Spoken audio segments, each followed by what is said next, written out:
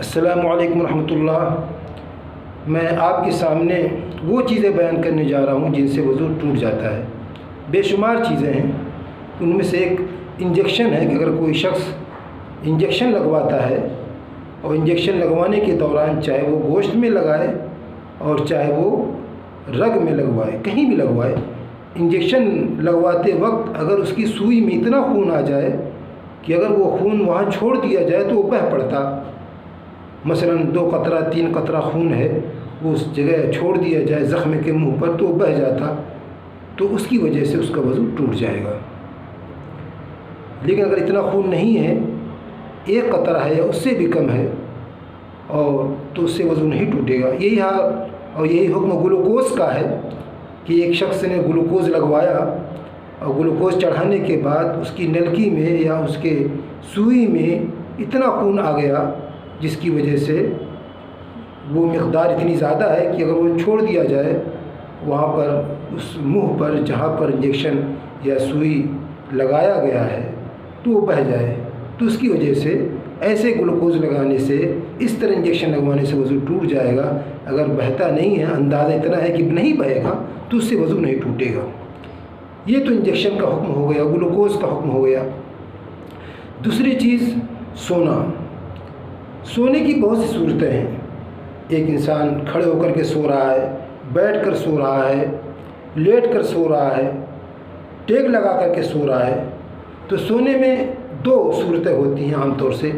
ایک تو وہ طریقہ سونے کا جس میں انسان کا جو ہے عضو، انسان کے اعصاب، اس کے ہاتھ پیر بالکل ڈھیلے پڑ جاتے ہیں سونے کے دوران، تو اس طرح سونے سے وضو ٹوٹ جاتا ہے۔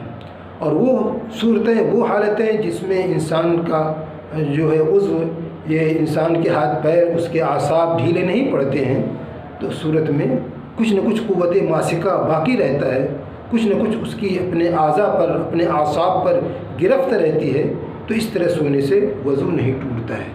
وہ کیا شکلیں ہیں؟ ایک شخص کھڑے ہو کر سو رہا ہے تو ظاہر ہے اس میں مکمل اس کے اعضاء، اس کے اعصاب ڈھیلے نہیں پڑیں گے، اسی لیے کھڑے ہو کر سونے سے وضو نہیں ٹوٹتا ہے۔ بیٹھ کر سونے سے بھی وضو نہیں ٹوٹتا ہے۔ رکوع کی حالت میں اگر کوئی شخص سو رہا ہے تو اس میں بھی وضو نہیں ٹوٹے گا۔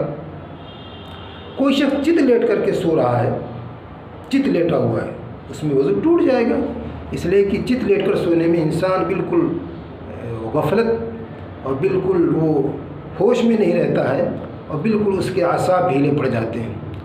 ٹیک لگا کر کے سوتا ہے، اس طرح ٹیک لگائے کہ اگر وہ چیز ہٹا دی جائے تو گر پڑے گا، تو اس طرح سونا بھی غفلت کا سونا ہے، اس میں بھی انسان کے اعصاب ڈھیلے پڑ جاتے ہیں۔ سجدے میں اگر کوئی شخص سوتا ہے، اس طرح کا سجدہ، جس طرح کا سجدہ نماز میں کیا جاتا ہے اور سنت کے مطابق کھل کر کے سجدہ کر رہا ہے،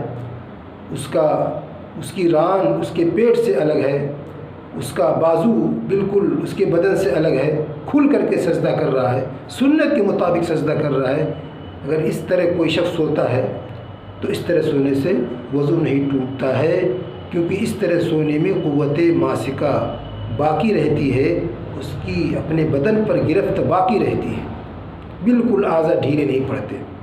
لیکن اگر کوئی شخص اس طرح سجدے میں سو جائے جس طریقے سے عورت سجدہ کرتی ہے، بالکل سمٹ کر سجدہ کر رہا ہے، سنت کے خلاف سجدہ کر رہا ہے، تو اس طرح سونے سے وضو ٹوٹ جائے گا۔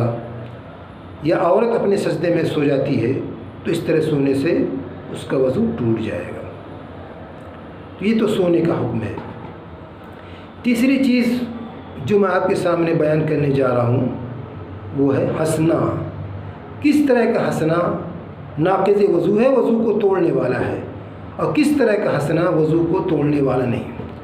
اگر ایک شخص رکوع اور سجدے والی نماز پڑھ رہا ہے، یعنی نماز جنازے میں نہیں ہے اور سجدہ تلاوت کا سجدہ نہیں کر رہا ہے، بلکہ کس طرح کی عبادت کر رہا ہے؟ ایسی نماز پڑھ رہا ہے جو رکوع اور سجدے والی ہے، مطلق جو نماز ہم لوگ پڑھتے ہیں، 2 رکعت 3 رکعت 4 رکعت جو نماز پڑھتے ہیں، اس نماز کو رکوع سجدے والی نماز کہا جاتا ہے۔ تو اگر کوئی شخص رکوع سجدے والی نماز میں اس طرح ہنسے کہ دانت بھی دکھائی دے، اس کی آواز بھی ہو، اگر اس کے بغل میں کوئی شخص ہوتا تو اس کی آواز کو سن لیتا، اس طرح اگر کوئی ہنستا ہے جس کو قہقہہ کہا جاتا ہے، اور قہقہہ لگانے سے نماز کے اندر قہقہہ لگانے سے نماز بھی ٹوٹ جاتی ہے اور وضو بھی ٹوٹ جاتا ہے۔ اگر ایک آدمی اس طرح ہنستا ہے کہ دانت تو دکھائی دے رہے ہیں اور آواز بالکل معمولی، اتنی آواز اس سے پیدا ہو رہی ہے جس آواز کو صرف اور صرف وہی سن سکتا ہے، بغل میں اگر کوئی کھڑا ہو جائے تو اس کی آواز کو نہ سن سکے، تو اس کو کہتے ہیں عربی میں ضحک کہا جاتا ہے۔ اور ضحک کے بارے میں فقہا فرماتے ہیں کہ اس سے نماز ٹوٹتی ہے، رکوع سجدے والی نماز میں اگر وہ ہے تو نماز ٹوٹے گی اور اس کا وضو نہیں ٹوٹے گا۔ تیسری چیز تبسم کہتے ہیں کہ انسان کی بالکل ہنسی کے وقت آواز بالکل نہ آئے، بغیر کسی آواز کے ہنسے، بھلے اس کے دانت دکھائی دے، اس کا دانت ظاہر ہونے لگے، اگرچہ اس کو تبسم کہا جاتا ہے۔ اور تبسم کے بارے میں مسئلہ یہ ہے کہ اگر کوئی شخص نماز میں تبسم کرتا ہے اور مسکراتا ہے تو اس طرح سے نہ تو نماز ٹوٹتی ہے اور نہ ہی اس کا وضو ٹوٹتا ہے۔ کچھ شکلیں ایسی ہیں، بعض غلط فہمیاں ہیں عوام میں، ان لوگوں کے درمیان جو مسائل سے واقف نہیں ہیں اور شریعت سے بہت دور ہیں۔ بعض باتیں عوام میں مشہور ہیں، مثلا یہ کہا جاتا ہے کہ ننگے ہو جانے سے اگر کوئی شخص وضو بنا کر کے ننگا ہو گیا، اس نے اپنے کپڑے کو اتار دیا تو اس طرح کرنے سے وضو ٹوٹ جاتا ہے۔ ایسا نہیں، بالکل غلط۔ وضو بنا کر ننگے ہونے سے وضو نہیں ٹوٹتا ہے۔ یا کسی کو ہم ننگا دیکھ لیں، ہماری نظر کسی کے سطر پر پڑ گئی، اس سے بھی وضو نہیں ٹوٹتا ہے۔ گالی دے دیں وضو بنا کر کے، گالی دینا بہت بڑا گناہ ہے، یہ الگ بات ہے کہ بہت بڑا گناہ ہے، لیکن گالی دینے سے، بےہودہ بات کہنے سے وضو نہیں ٹوٹتا ہے۔ اسی طریقے سے وضو بنا کر کسی نے اپنا ہاتھ اپنے شرمگاہ پر وہ لے گیا تو اس طرح ہاتھ لے جانے سے وضو نہیں ٹوٹتا ہے۔